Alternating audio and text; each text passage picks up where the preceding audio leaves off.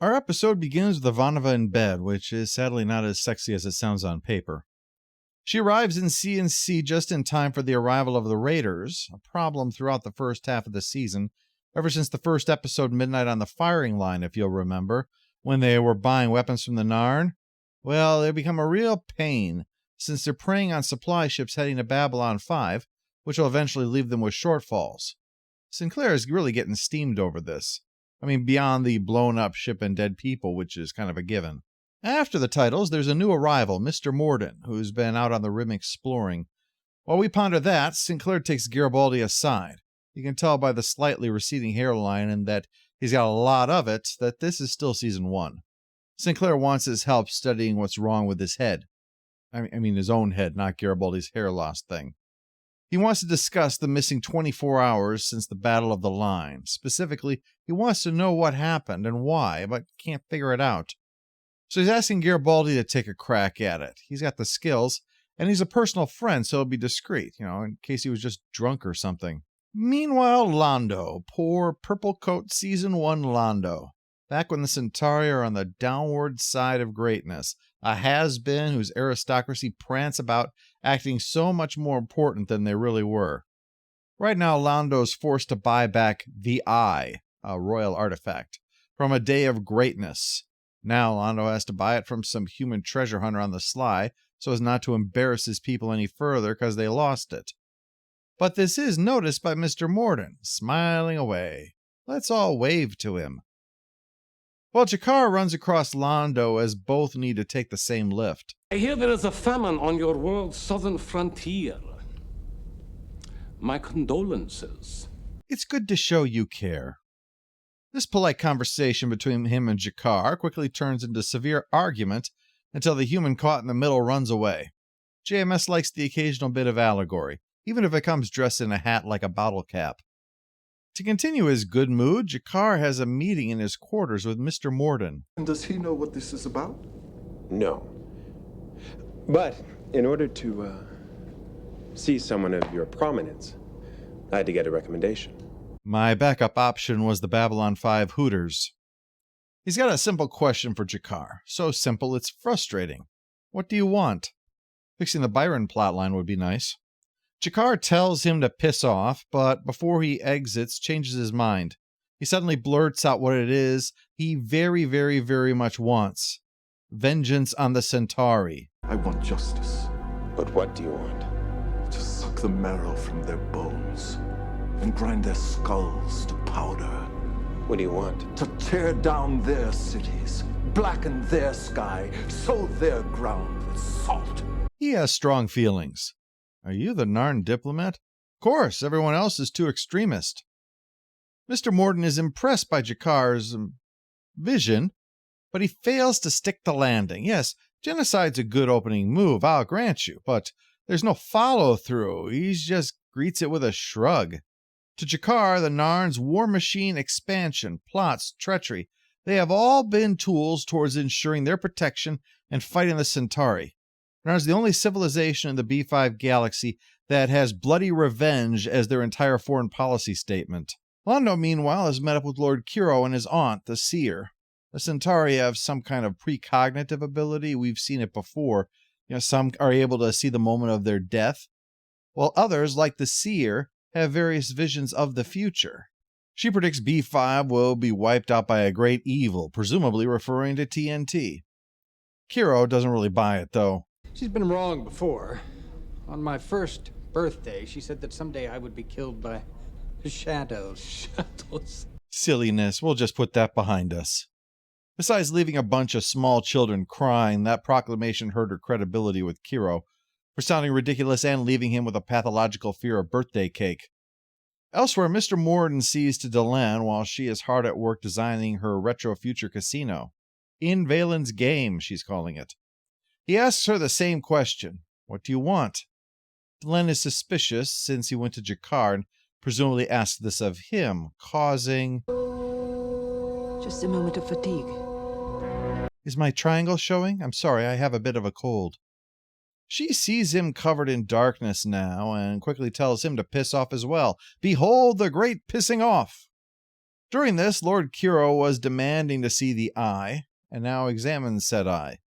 They'll do a little tap dancing, say that they found it in a broom closet or something, instead of admitting that they had to buy it off some human treasure hunter. But Kiro's thinking, the Senate is weak, and the Emperor hasn't been seen in public in a year. If I were to show up with the eye, which is of my family after all, I could take over. And Lando's like, yes, and perhaps you'll show up like Prince Ali with a big musical number too in this magical world that exists only in your head. Kiro's like, yeah, I can't have a good old usurpation anymore, can you? They're both lamenting the best days are behind the Centauri now. It's like you can't even poison anyone anymore. We soon see the arrival of Kasha's ship, signaling the return of the Vorlons, the most awe-inspiring thing that you'll ever see in a muumuu. Mr. Morden cagily stalks him, then takes off to find Londo. Londo detests interruptions even on a good day, and this is one shitty day. At the moment he's delivering the eye to Lord Kiro like he works for Amazon now. Solano's exceptionally short when Mr. Morden shows up. Still, Mr. Morden cheerfully follows Londo into the tube and asks the question again, harangues him until, like with Jakar, Londo is soon driven to answer. He wants the Centauri to be elevated back to their old position of power, and for himself to, as he put it, stop having to run through life like a man late for an appointment. And the difference between the Narn and the Centauri's answers are now clear. The Narn are short-sighted, only wanting vengeance and nothing beyond that, while the Centauri dream of a renaissance to take their rightful place as a galactic superpower, something which would only come by persistence and determination. And I fail to see how that could possibly go wrong.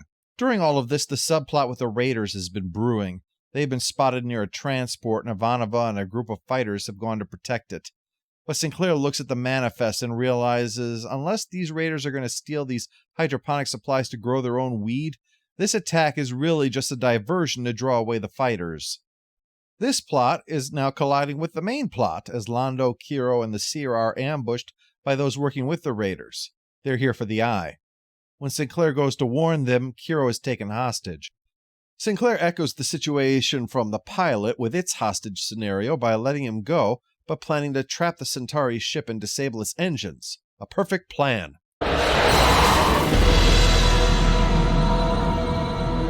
For a certain value of perfect.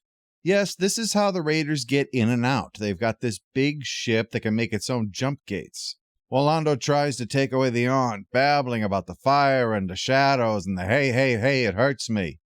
Speaking of which, Kosh has finally tracked down Mr. Morden, and with the force of the entire Vorlon race behind him, issues a mighty order of pissing off.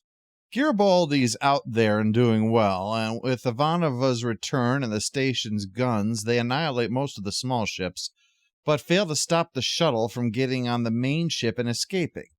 With the battle over, Sinclair and Garibaldi assess the damage, but even though the main vessel, the Crook, and the hostage are all gone, they're putting this one in the win column. Sinclair starts questioning Londo and the Seer about the eye, since it wasn't declared, and they plan to discuss this over tea. Big mistake. Never, ever give a fragile cup to anyone with psychic powers. You're only going to wind up -1 cup and upsetting the janitor, because the more breakable the cup is, the more it hones their psychic abilities so that they'll freak out and drop it. Thanks, demons of the great beyond. I guess we can't have nice things.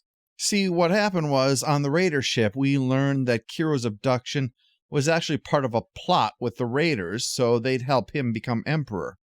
But weighing that plan against just ransoming him and the eye, well, it's a no-brainer. So he's taken prisoner for realsies. Oops. Oh, and they're blackmailing him too. Hope to do business with you again. Well, wouldn't you know it, a ship appears made out of badass and the nightmares of orphans. They quickly and effortlessly blow the main Raider ship to pieces. There's another 71 months and that baby's paid off. The Seer takes the psychic death of her nephew pretty well, once she's broken some china to get it out of her system.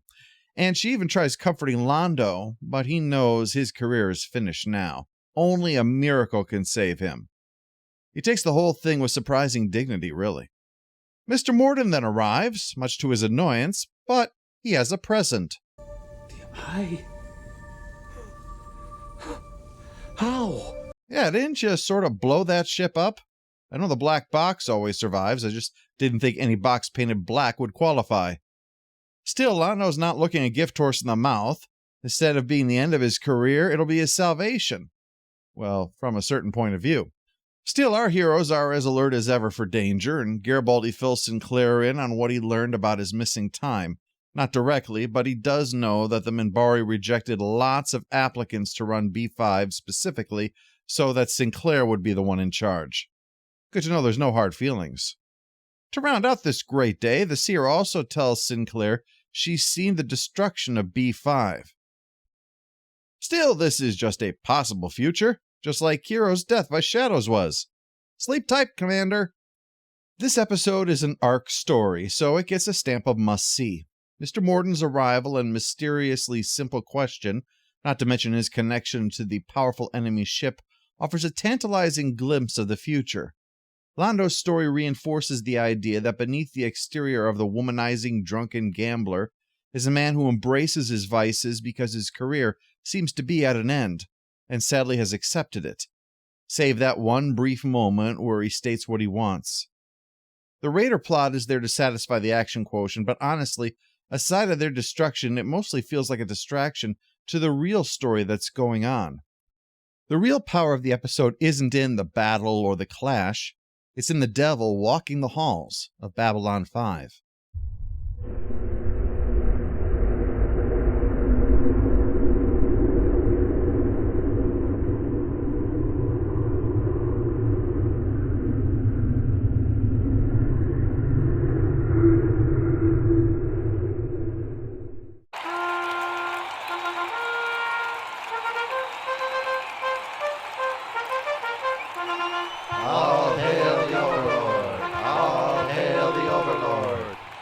By doing to yourselves what you say we did to you. Ah, that's evolution for you.